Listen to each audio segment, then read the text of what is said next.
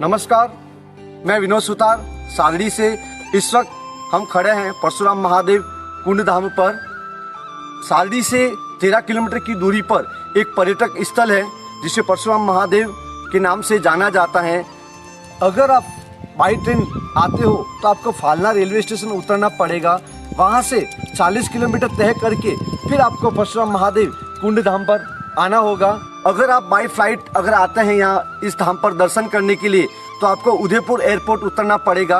अभी हम चलते हैं परशुराम महादेव कुंड धाम के मुख्य गेट से होते हुए परशुराम महादेव बाबा के दर्शन करते हुए। इस वक्त हम परशुराम महादेव के कुंड धाम के मुख्य द्वार तक पहुंच चुके हैं। जैसे ही गेट के अंदर आते हैं तो आप ये जो मंच देख रहे हैं जिस पर सभी बंदर विराजमान है, ये मंच श्रावण सुदी छठ को यहाँ पर मेला भरता है, जहाँ पर कम से कम लाखों श्रद्धालु बाबा के दर्शन करते हैं। और इसी मंच पर राजस्थान के ख्याति प्राप्त कलाकार अपनी उपस्थिति देते हैं, बाबा के दरबार में अपनी हाजिरी लगाते हैं।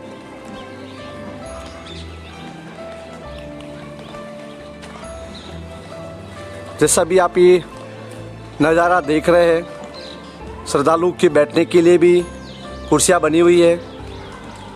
और ये जो आप धर्मशालाएँ देख रहे हैं, अलग अलग समाज की धर्मशालाएँ यहाँ पर बनी हुई है। रात को भी यहाँ ठहरने की व्यवस्था है।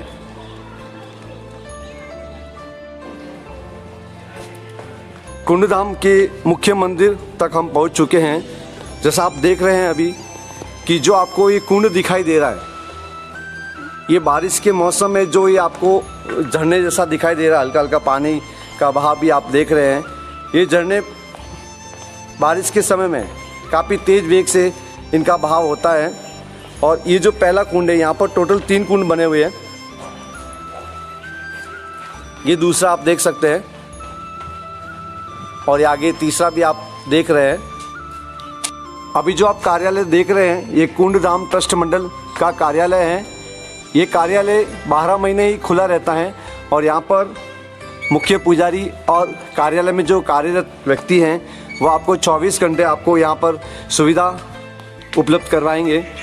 इस वक्त मेरे साथ जो खड़े हैं राणाराम जी चौहान, जो यहाँ कुंड धाम ट्रस्ट मंडल के व्यवस्थापक हैं। हम इनसे आज कुछ इस ट्रस्ट मंडल के बारे में पूछते हैं। मुझे जहाँ तक उम्मीद है और मुझे जहाँ तक पता है कि कई वर्षों से अपनी सेवाएं निरंतर यहाँ पर ये दे रहे हैं। राणाराम जी, आप कितने वर्षों से यहाँ पर है? लगभग 52 साल। 52 साल हो गए। 52 साल से निरंतर अपनी सेवाएं यहाँ पर दे रहे हैं और दिन रात आप यहीं रहते हो जी। और ठहरने के लिए आपको ये कमरा है, यहीं ठहरते हो आप? हाँ। और आपके साथ में और भी कोई? 2-3 क्या आप अकेले रहते हो? नहीं, 4-5 स्टाफ है। अच्छा, 4-5 स्टाफ है जी। मतलब काफी लंबे समय से आप ट्रस्ट मंडल को सेवाएं दे रहे हो जी। बहुत बहुत धन्यवाद आपका राणाराम जी। बोलिए परशुराम महादेव बाबा की जय हो। इस वक्त हम मंदिर के मुख्य पुजारी के रूप में जो उपस्थित है उनसे बात कर रहे हैं। नमस्कार। मैं आपसे पूछना चाहूँगा कि परशुराम महादेव बाबा का जो ये धार्मिक स्थल यहाँ है, यहाँ पर लोगों को आने के लिए और अगर कोई रात्रि ठहरना चाहता है तो किसी प्रकार की यहाँ कोई सुविधा? हाँ जी, सुविधा अवेलेबल है सब। यहाँ पे कमरा मिल जाएगा। 100, 200, 300 यात्री यहाँ पे रुक सकते हैं। अच्छा, और खाने पीने की व्यवस्था? यहाँ पे एक ढाबा है जो खाने के लिए 24 घंटा चालू रहता है।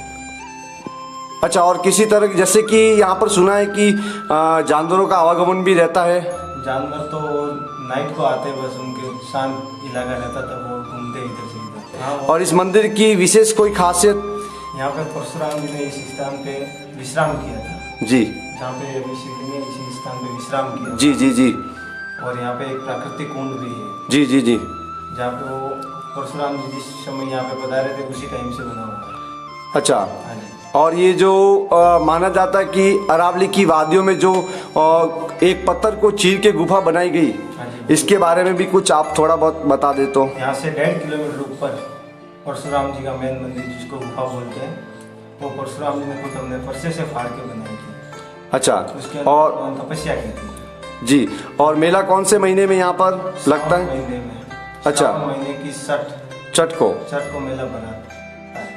अच्छा, और कितने श्रद्धालु प्रतिदिन दर्शन करते हैं यहाँ पे? यहाँ पे रविवार और सोमवार को कम से कम 40-50 हज़ार पब्लिक चलती है। अच्छा, दिन और रात। दिन और रात, मंदिर मतलब पूरे दिन रात, मतलब ये ऊपर तक का जो पगडंडी का जो 500 से 600 की सीढ़ियाँ तय करके जो मुख्य गुफा तक पहुँचते हैं, उस रास्ते में लाइट की व्यवस्था वगैरह सब मतलब है? व्यवस्था है, 2 घंटा लाइट चालू रहती है। रास्ते में एक अमरगंगा प्याऊ है जी, वहाँ पे भी लोग रहते हैं। राज्य स्तरीय भक्ति संगीत कार्यक्रम का आयोजन होता है। राज्य स्तरीय होती है। यहाँ पे कम से कम 50 से 60 कलाकार यहाँ पे उपस्थित होते हैं।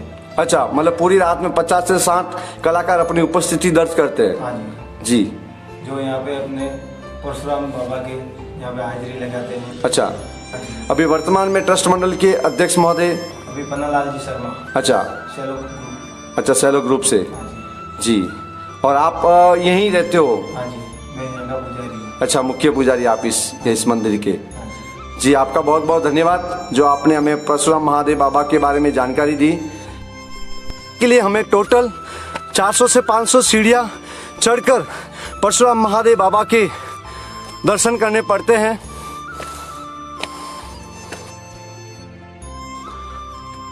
जैसे आप अभी देख रहे हैं, हमें पाली जिला सीमा समाप्त हो रही है और राजसमंद जिला सीमा प्रारंभ हो रही है। मुख्य मंदिर तक पहुंचने के लिए 2 सीमाओं को पार करना पड़ता है हमें। इस वक्त हम अमरगंगा प्याऊ तक पहुंच चुके हैं। मतलब माना जाता है कि प्याऊ तक पहुंचना मतलब बाबा के दर्शन का आधा सफ़र हमने तय कर लिया है। जैसे कि आप अभी देख रहे हैं कि यहाँ बंदरों की संख्या आपको कम दिखाई दे रही है। जब आप श्रावण मास में जब यहाँ मेला बढ़ता है तो यहाँ पर बंदरों की संख्या आपको काफ़ी मात्रा में देखने को मिलती है। यहाँ पर प्रतिदिन 30,000 से 35,000 श्रद्धालु यहाँ दर्शन करते हैं। जिस प्रकार श्रद्धालुओं की संख्या बढ़ती है, उसी तरह इनकी भी संख्या आपको बढ़ती हुई देखने को मिलेगी।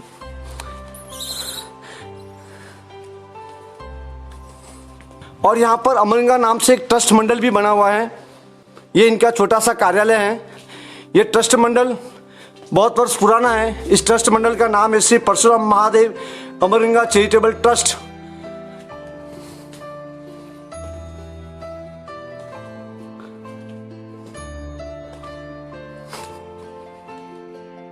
आपको जो दूर में एक धर्मशाला नजर आ रही है, उसी के बाजू से गुफा के रास्ते हम बाबा के दर्शन कर सकते हैं। और ये कच्चे रास्ते से हम बाबा के दर्शन के लिए आगे बढ़ रहे हैं।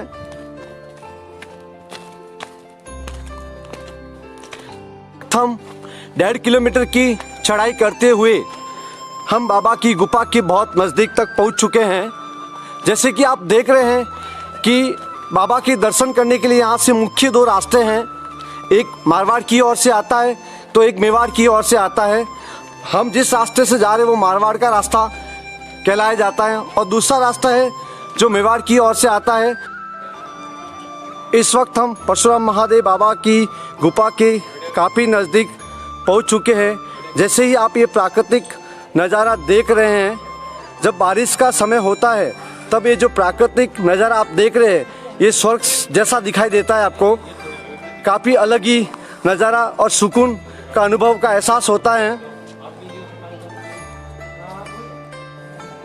ये जो धर्मशाला आप देख रहे हैं, यहाँ यात्रियों को ठहरने के लिए यहाँ पर हर चीज़ की सुविधा उपलब्ध है।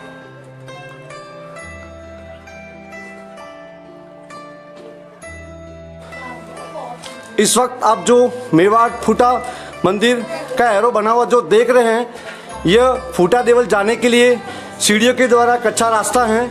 यहाँ से मेवाड़ के रास्ते होते हुए आप फूटा देवल तक पहुँच सकते हैं। वहाँ से आप आगे कुंभलगढ़ का भी रास्ता तय कर सकते हैं।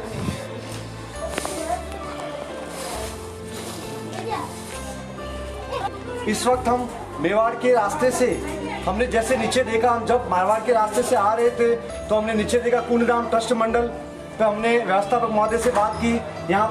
यहाँ इस ट्रस्ट मंडल के अध्यक्ष और यहाँ के व्यवस्थापक, आपका शुभ नाम सर? मैं व्यवस्थापक हूँ जी, अंबालाल जी गुज्जर जी, और अध्यक्ष महोदय जी गणेश चंद्र परमार सर, पूर्व विधायक भी है विधायक कुंभलगढ़ से। अच्छा, पूर्व विधायक कुमलगढ़ से जो यहाँ ट्रस्ट मंडल के अध्यक्ष भी हैं, और यहाँ से जो गुफा का रास्ता अभी कितना समय का अंतराल रह चुका है गुफा तक पहुँचने के लिए?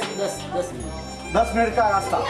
जैसे कि ये ट्रस्ट मंडल मेवाड़ की ओर से बनाया गया है, और नीचे हमने कुंडधाम ट्रस्ट मंडल देखा वो मारवाड़ की ओर से था, और यहाँ पर ये ट्रस्ट मंडल 24 घंटे खुला रहता है सर। 24 घंटे खुला रहता है। यहाँ पर कोई भी श्रद्धालु जो दर्शन करने के लिए आते हैं बाबा के, वो अपनी श्रद्धा अनुसार यहाँ पर रसीद कटवा सकते हैं। यहाँ पर जो आप निर्माण कार्य भी जो देख रहे हैं आजू बाजू में, वो निर्माण कार्य की भी रसीद यहाँ पर कटती है। भोजन व्यवस्था संबंधित कुछ भी व्यवस्था संबंधित आप रसीद कटवाना चाहते हो तो ट्रस्ट मंडल के जो यहाँ व्यवस्थापक बैठे हैं इनसे संपर्क करके आप किसी भी प्रकार की सुविधा का आप यहाँ से आप आनंद ले सकते हैं। सुविधा उपलब्ध आपको यहाँ से हो जाएगी।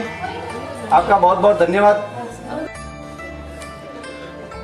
यहाँ से आप देख रहे हैं कि कुछ श्रद्धालु फूटा देवल दर्शन करने के लिए मेवाड़ के रास्ते से होते हुए फूटा देवल के दर्शन करते हुए बल कुमलगढ़ तक जाने का रास्ता बना हुआ है।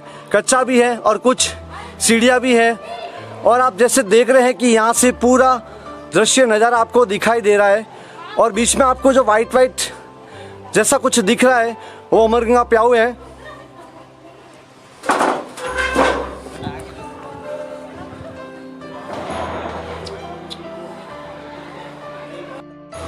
इस वक्त हम गुफा के मुख्य द्वार तक पहुंच चुके हैं। जैसे कि आप देख रहे हैं कि एक पत्थर को परशुराम महादेव ने अपने फरसे से चीरकर इस गुफा का निर्माण किया था। यह स्थान परशुराम महादेव की तपोभूमि के नाम से जाना जाता है।